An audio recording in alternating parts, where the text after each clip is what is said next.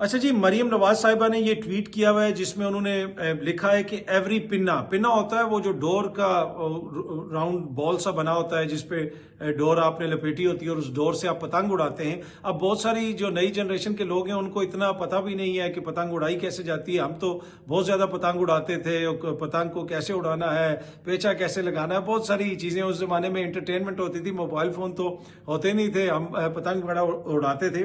पर एनीवे मरियम बीबी ने कहा है कि जी every pinna is QR coded, allowing it to be tracked from the manufacturer to the seller and ultimately to the buyer.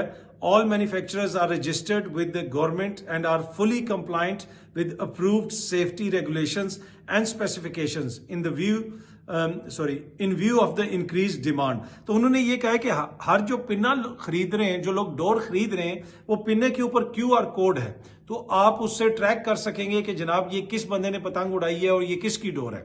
लेकिन मसला ये है कि QR कोड तो पिन्ने के ऊपर है, एक दफा गुड्डी कट के चली गई, पतंग के साथ डोर चली गई, तो फिर तो नहीं पता चलेगा कि ये डोर कहां से आई। इसी तरीके से अगर पतंग के ऊपर कोई QR कोड है या कोई बार कोड है, तो एक दफा वो पतंग कट गई, जिसने वो पतंग पकड़ी, इसलिए कि बहुत सारे हमारे जैसे भी होते थे, वो पतंग कटती थी, उसको पकड़ते थे, फिर वो उड़ाते थे, तो ऐसे दोस्त भी होंगे। तो उसके बाद किस तरह आप ट्रेस करेंगे कि एक पतंग पेचे के अंदर कट के चली गई है और उसके बाद किसी और ने पकड़ी और खुदा न खास्ता उसने कोई और गलत किस्म की डोर इस्तेमाल कर ली, वो पतंग तो ट्रेस बैक होगी बायर तक, लेकिन वो पतंग 4 दफा कट चुकी और पता नहीं किस बंदे के पास है। तो ये भी एक इसके ऊपर इश्यू है। पर एनीवे उन्होंने काफी इंतजाम वगैरह वहां पे करने की कोशिश की है, इश्तिहारात वगैरह भी काफी दिए जा रहे हैं, काफी पैसा भी लगाया जा रहा है। वीडियोस भी मरियम बीबी ने शेयर की कि कैसे लाहौर को सजाया गया है जश्न बसंत के हवाले से, और अखबारात में ये सामने आप देख सकते हैं कि इश्तिहारात भी दिए जा रहे हैं। और इसी इश्तिहार के अंदर जनाब अगर मैं थोड़ा सा आपको पढ़ के सुनाऊं, उसमें लिखा हुआ है कि वज़ीर आला पंजाब मरियम नवाज शरीफ की जानिब से जिंदा दिलाने लाहौर के अवाम के लिए बड़ा तोहफा। ठीक है जी, सारी तफसीलात हैं, लेकिन इसी इश्तिहार में लिखा हुआ है याद रखें ताहाल पंजाब भर में पतंगबाजी पर पाबंदी आयद है। तो ये बड़ा तोहफा सिर्फ लाहौर की अवाम के लिए है, बाकी जो पंजाब के लोग हैं उनके लिए ये तोहफा नहीं है, वहां पे अभी भी बसंत पर पाबंदी आयद है। अच्छा, कल एक और खबर भी आसमा शिराजी साहिबा के प्रोग्राम में मुशाहिद हुसैन सैयद साहब ने यह दावा किया कि जो तुर्की के सदर हैं तैयब उर्दुगान साहब, उन्होंने ये ऑफर की है कि इमरान खान साहब को हम लेने के लिए तैयार हैं। अब इस खबर में कितनी सदाकत है ये तो मुझे नहीं पता, ये तो तैयब उर्दुगान साहब ही इसको कंफर्म या डिनाई कर सकते हैं। लेकिन जब भी कोई मुल्क इमरान खान साहब को लेने के लिए ऑफर करेगा तो पहले कम से कम वो इमरान खान साहब से कोई राब्ता भी करेंगे, पहले कभी उनकी कोशिश होगी कि किसी मौके के ऊपर इमरान खान साहब के घर वालों से बात हो जाए या उनके जमात के लोगों से बात हो जाए। तो ये खबर तो उन्होंने दे दी, ये दावा तो उन्होंने कर दिया, लेकिन तुर्की की जानिब से ना ही इमरान खान साहब की फैमिली से, ना खान साहब की जमात से, ना खान साहब के करीबी लोगों से, ना ही खान साहब के वो करीबी साथी जो इस वक्त बैरून मुल्क हैं उनसे कोई राब्ता किया गया, कोई ऐसी ऑफर की गई। अब हुकूमत को उन्होंने अगर ये कोई ऑफर की है तो मुझे नहीं पता, लेकिन बड़ा इसमें सवाल ये है कि अगर कोई ऐसी ऑफर आती भी है तो क्या इमरान खान साहब तुर्की जाएंगे? मुझे नहीं लगता। जो उनके करीबी जराए हैं, फैमिली जराए हैं, उनसे जब कोई सवाल करेगा तो मेरे ख्याल में वो आगे इसका तफसीलन जवाब देंगे, लेकिन मुझे नहीं लगता कि इस ऑफर को आप मटीरियलाइज होता हुआ देखेंगे। अगर ये ऑफर वजूद भी रखती है, मुझे तो इसके ऊपर भी शक है कि कोई सीरियस लेवल के ऊपर ये ऑफर दी गई हो। वैसे हो सकता है कि कहीं पे तैयब उर्दुगान साहब ने इमरान खान साहब का जिक्र किया हो, क्योंकि वो ऑब्वियसली इमरान खान साहब के साथ उनका भी बड़ा अच्छा ताल्लुक था। इधर उनकी अहलिया भी आई थी, इमरान खान साहब जब वजीर आजम थे, तैयब उर्दुगान साहब भी आए थे, तो वो सारे मनाजिर भी हमने देखे। इमरान खान साहब वहां पे भी गए थे, उनकी मुलाकात वगैरह भी हो रही थी। एक मौके के ऊपर मलेशिया में एक जो समिट होना था, तुर्की और पाकिस्तान वहां पे भी जा रहा था, सऊदी अरब नाराज हो गया था, तो उनके ताल्लुकात वगैरह तो थे। लेकिन एंड ऑफ द डे जो तैयब उर्दुगान हैं वो कितने डेमोक्रेटिक हैं या कितने अथॉरिटेरियन हैं उसका अंदाजा आप लगा सकते हैं। थोड़ी सी आप सर्च कर लें कि तुर्की में क्या हो रहा है, कितना फ्री प्रेस है, क्या कुछ है, तो उससे आपको काफी चीजें क्लियर हो जाएंगी। तो मुझे नहीं लगता जनाब कि इमरान खान साहब के हवाले से कोई संजीदा ऑफर तुर्की से आएगी या फिर इमरान खान साहब तुर्की जाने का कोई फैसला करेंगे। मुझे ये होता हुआ नजर नहीं आ रहा। अच्छा जी, 8 फरवरी को